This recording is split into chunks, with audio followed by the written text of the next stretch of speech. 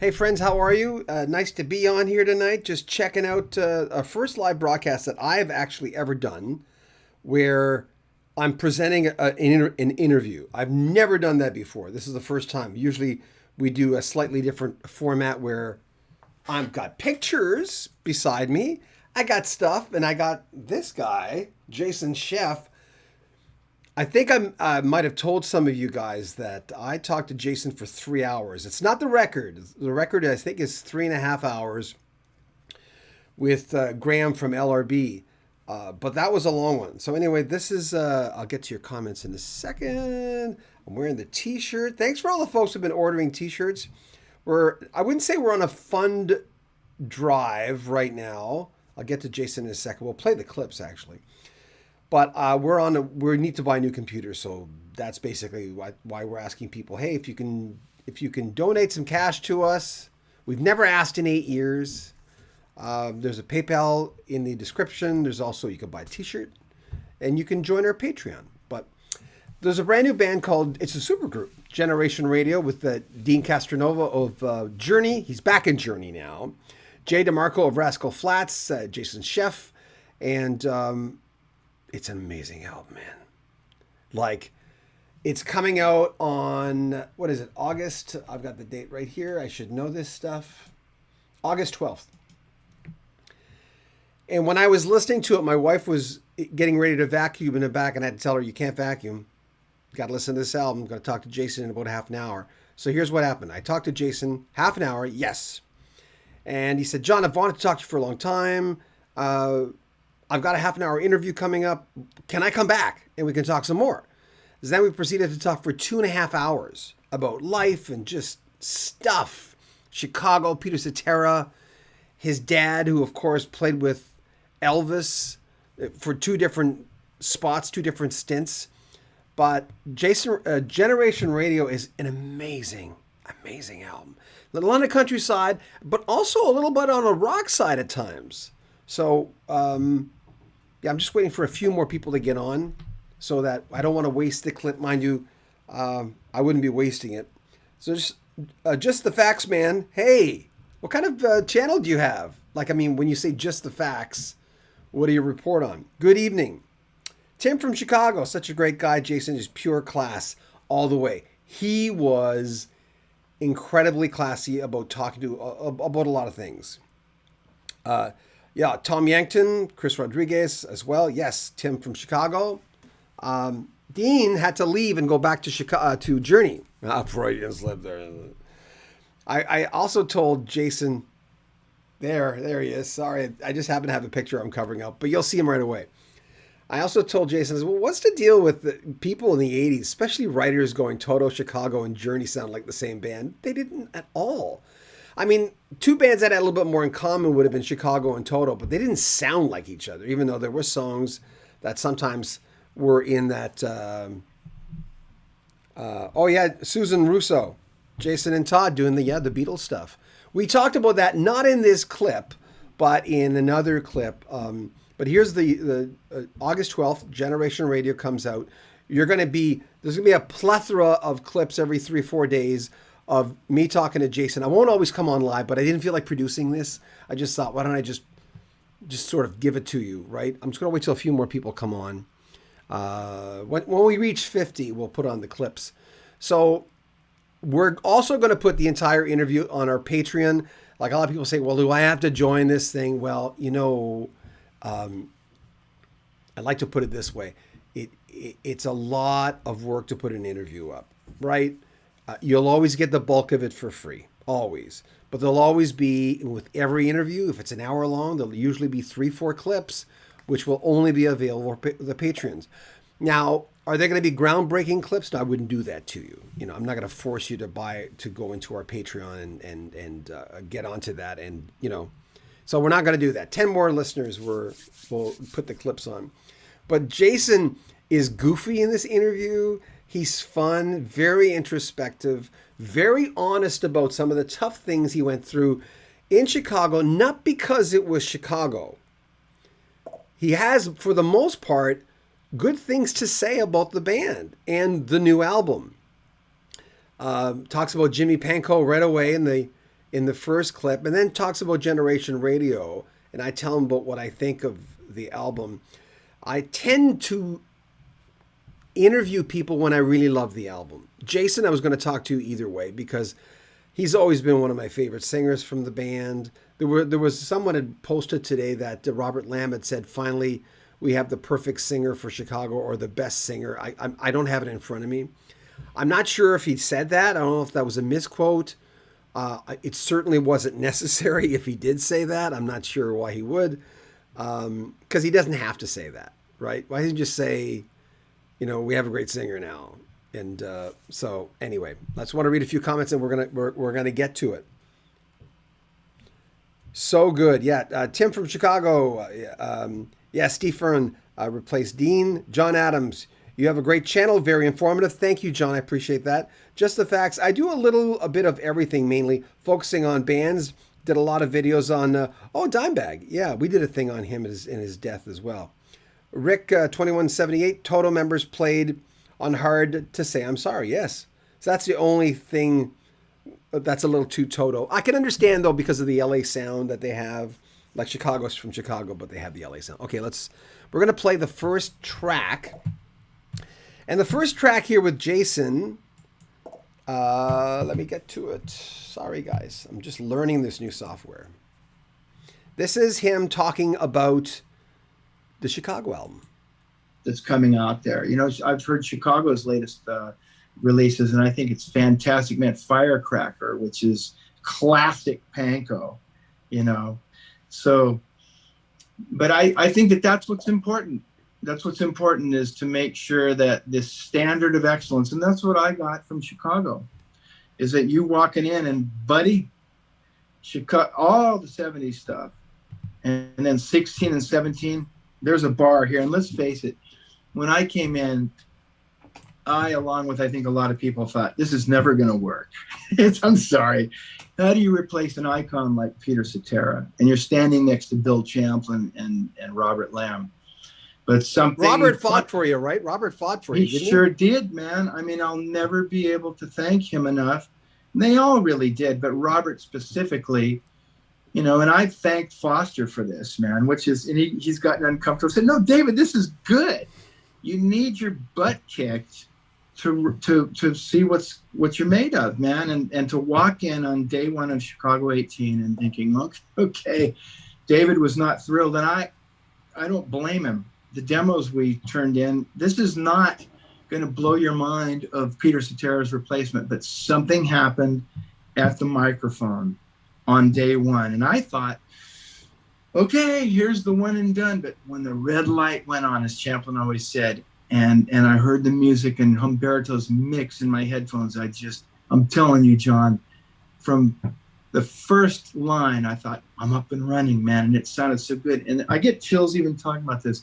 Every line just got better and like more confident. And by the end of that first take, Foster had his head in his hands and he looked up and he goes, you just blew my mind. But then you knew you would. And we sailed through that record. No problems. And I'd heard what an ogre this guy was, but it's that moment. I love to tell kids and up and comers, don't worry about it so much. It's going to happen or not. And you can talk yourself into, it's just, it's fate. It's either supposed to happen or it isn't. So at any rate, how cool is it that all these years later, I get to hear from people like Jay DeMarcus of Rascal Flatts, Arnel Pineda, that tell me that I was the guy that inspired them to do what they do.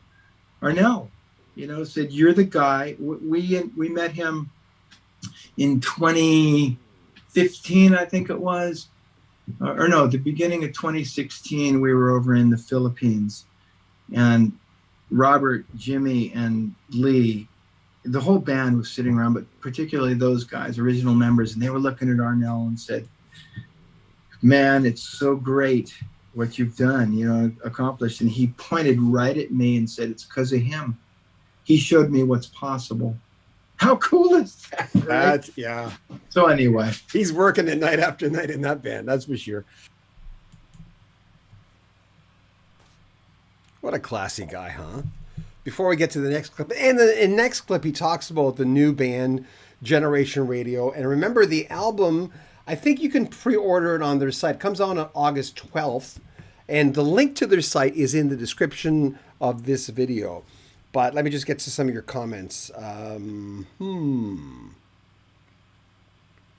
Robert being Robert. Robert Lamb saying that about... he was kind of saying it about the former lead singers.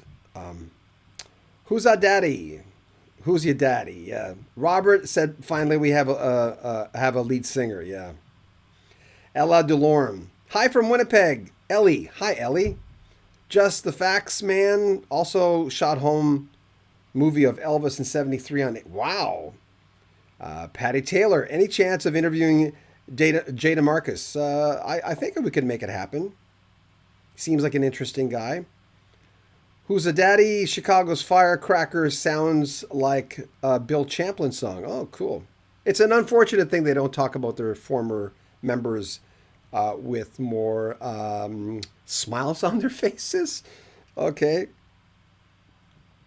I always wondered how to... I used to say Pankow, but it's Panko, and it's Jim, even though he was always James Pank. It looks like James Pankow to me, but it's Jimmy Panko.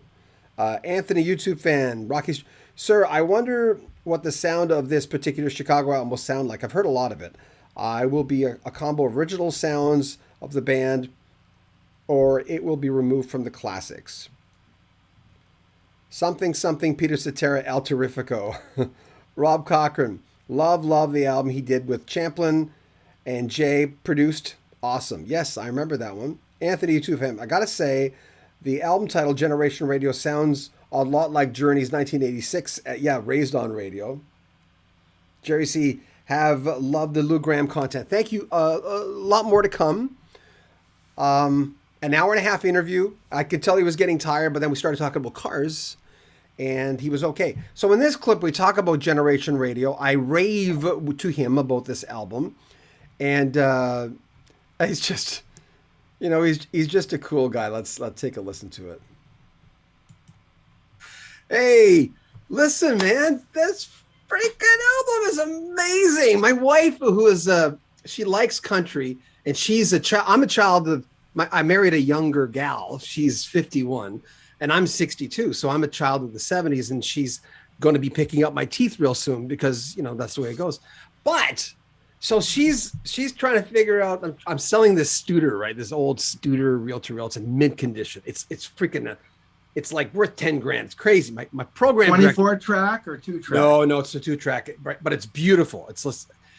So we're trying to get it on eBay, and I'm going, it's time to sell it because I'm getting the siding done in my house right now, and I'm going, got to come up with some money. So she's on there, and I'm doing work preparing for this interview, and she's listening to it, and she says, "Oh my God, who is that?" So she's like, but you know what? It's rare to tip your hat to a decade that I love, to have so many remnants of what the hell's going on now. But I know the criteria. I knew what you guys were trying to do. I read the thing, but it's rare to have every single song. I mean, every song sounds, the Rockers, maybe not. I love the Rockers, but every song sounds like freaking single. Well, the project got started on what I like to call Rascal Flatts foul tips, right? I don't know how much baseball you played up in Canada. Okay, so all right. So a foul tip, you know what that is? Yes. It's like, okay, so the great hitters here see a great pitch coming to them, and they barely get their bat on it. So it's a great pitch, right? So with Rascal Flatts, when I joined Chicago in 1985, Chicago 18, Chicago 19, when we were really still making hits, every great songwriter on the planet was climbing over themselves to get on the records, right? So you can imagine the songs that were pitched, phenomenal. At the time, we could only put 10, 12 songs on a CD, and it was still albums. See, I think Chicago 18 was a CD. Yeah, it was right in the transition. Luckily, it was an LP too. I got to be a part of some LPs. But it was limited. You know, it finally expanded into like you could put 14, 16 songs on a CD, but at the time, 10, 12 songs. So a lot of great songs were just sitting around. Well, by the time Jay and I started working together, starting with my solo record that he produced in that's been out for 4 years or so, he said, let's look for the best songs that are sitting around. I know you got songs, but let's go kind of treat it like when you're at the top of your game making hit records. Let's beat the bushes and find the best songs. So coming into this record, the Generation Radio record, Jay obviously had a handful of incredible songs sitting around John. And so he brought them to the table and we said, absolutely, that one. And Jay had co-written these with the greatest writers in the world. And so they were sitting there and Jay said, you know, I really believe that this project, my involvement in it is to really take the songs that I had co-written, Jay speaking, and let them see the light of day properly. And this is the band to do it, right? So it started as that. So obviously these are some of the, you know, Busby, Jeffrey Steele, I can't remember the other guys that Jay had written these tunes. They're phenomenal. And then we started looking at Tom Yankton and Chris Rodriguez, who rounded out the band as great singers and great writers also. And I really took, as Jay had asked me at the beginning, like a second sort of overseer because of all the history and experience and success I've had, that I was really focusing on trying to find the best of Yankton and Rodriguez, which we did in their songs. I co-wrote one with Yankton also, first single, Why Are You Calling Me Now? But it was a real fun thing to, you know, John, I'm 60, so you're 62. We're the vintage, our vintage, and now becoming, dare I say it, an elder. That word does not bother me. That word to me says, now it's time to really give back and help the next generations along, especially with what we've been through for the last 3 years, right? Yeah. Of the world needing leaders. And I am very comfortable taking that role and position at this point in my life, rather than being this guy going, I gotta be known and recognized. Listen, when Chicago brought me in 1985 and David Foster said the tenor is singing all of the singles, my itch was scratched on day one, as far as, you know, what it felt like, you know, to be the focal point. And I'm sure you probably know, I've written a couple of them, big hits, you know, with Chicago. So at this point, it's just fantastic to be in something that is bringing all of our identities and sounds to this project, but also to be able to be somewhat of a you know, a leader. So it's fantastic. Really enjoying it. What a guy, huh? As he said, he's 60 years old, and he's kind of in his element. Like, he got very introspective in the interview where he talked about, as I mentioned a while ago, some difficult things that he had gone through personally, especially after joining Chicago. Some of the stuff he says he's never shared before. And we have communicated back and forth a few times throughout the last 4 years maybe, where he said, I really want to talk to you, but can we talk? I mean, we can talk now, but I want to do an interview when I have something that I really want to talk about. So I was given the longest interview, which was great, but basically not through the publishing company, but through him. He just said, hey, let's talk. My interviews are finished after the half an hour. Let's talk some more after that. I went, yeah, sure. And I got a lot of questions from you guys. I got a few questions from our Patreon people. So we really appreciated him spending the time. But after a while, it was just two guys talking. I mean, basically, it was just, we're just, you know, usually I wouldn't mention the fact that I'm doing my roof in an interview and I'm selling a reel-to-reel. It's nothing that I don't usually do that. But it just got very comfortable in some spots of it. We were just talking about Luke and I sometimes get into that thing, Steve Lukather, where it's just two guys talking about autism because he has an autistic child with Bodhi, and I have it with Danica. So that kind of happens. I'm just going to read some of your comments. Jerry Geist says, well, you're just talented, grateful, awesome guy. A real blessing to Chicago. Geez. And your new stuff is a blast. I just love the new stuff. Why Are You Calling Me Now? Oh, man. Have you heard this song? After this broadcast, just go check it out. It's on, just look up Generation Radio, Why Are You Calling Me Now? The album comes out August 12th. I believe you could pre-order it on, I think they're on Frontier, if I remember correctly. Big Dang Ron, AZ. Jason is awesome. Love Generation Radio's Why Are You Calling Me Now? Jason sounded awesome on that song. Very true. Chris Andes. Jason, you are awesome. My 6-year-old son is here with me, and you are his hero. Cool. By the way, this is not live. But Bob Perry, you crush it live. Saw you last month in Warren, Ohio. Anthony, YouTube fan. I'm not at all surprised to see that this album will be released by Frontier Records. Thank you for that. Another Journey reference. They're on a mission to preserve the legacy of classic sounds of the 70s and 80s. They really are. They've got a lot of stuff in that lane, right? Pat Michael, Chris Rodriguez, used to play with Michael W. Smith. Yep, and was brilliant. He's a great guitar player. Rob F. Jason clearly genuinely enjoys talking with you. Thank you.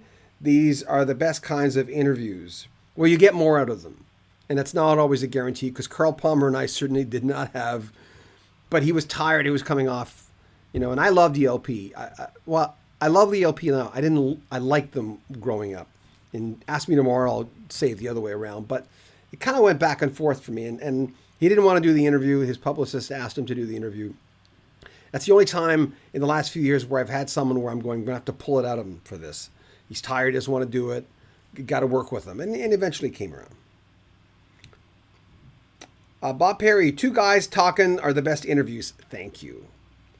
Gordy H. Hey, nobody talks about how good a bass player Jason is. Very true. By the way, he told me that Dee Murray was a big influence on him, because his Sgt. Pepper's album is Goodbye Yellow Brick Road. Because as he pointed out to me, he says, well, we didn't grow up in 67. I was 7 years old when Sgt. Pepper's came out, and he would have been 5. So I don't know if I call Goodbye Yellow Brick Road by Elton John my Sgt. Pepper's, but it's certainly one of those albums of that ilk, right?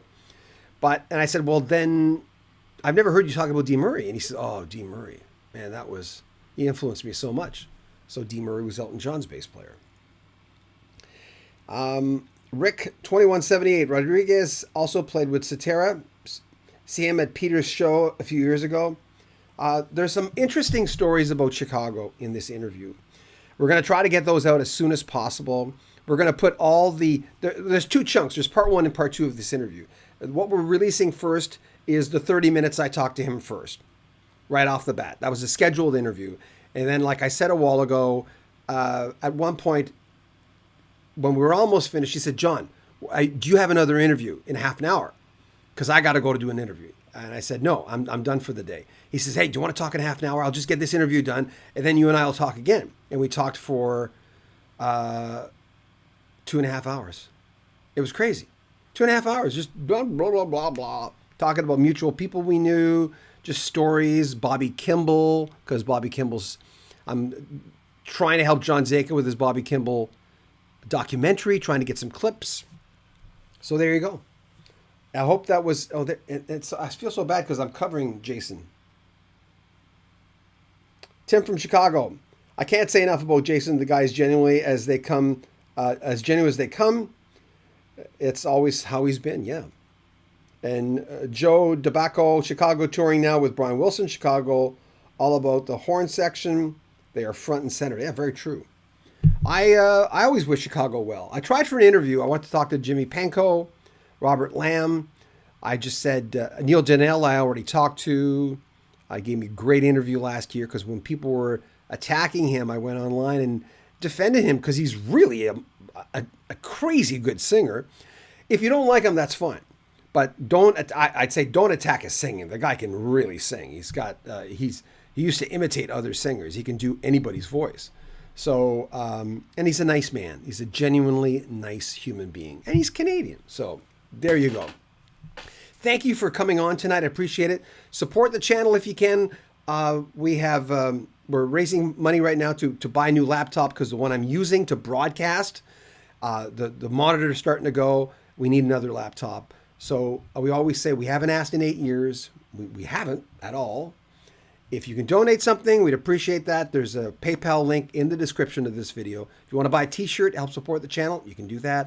You can join our Patreon. We have one. There's many different tiers where you can help out and be part of Rock History Music. So thank you, and share our videos if you can. I'd appreciate that. In 2 days, we'll have another fairly long piece of this interview. And if you're a Patreon member, you'll also get access to the early stuff that's commercial free too. Thank you very much for spending time with us. I like doing this, man. This is one of my favorite things in the world, going on live and talking to you guys. So I appreciate you a lot. Love you guys, and we'll talk soon. Take care.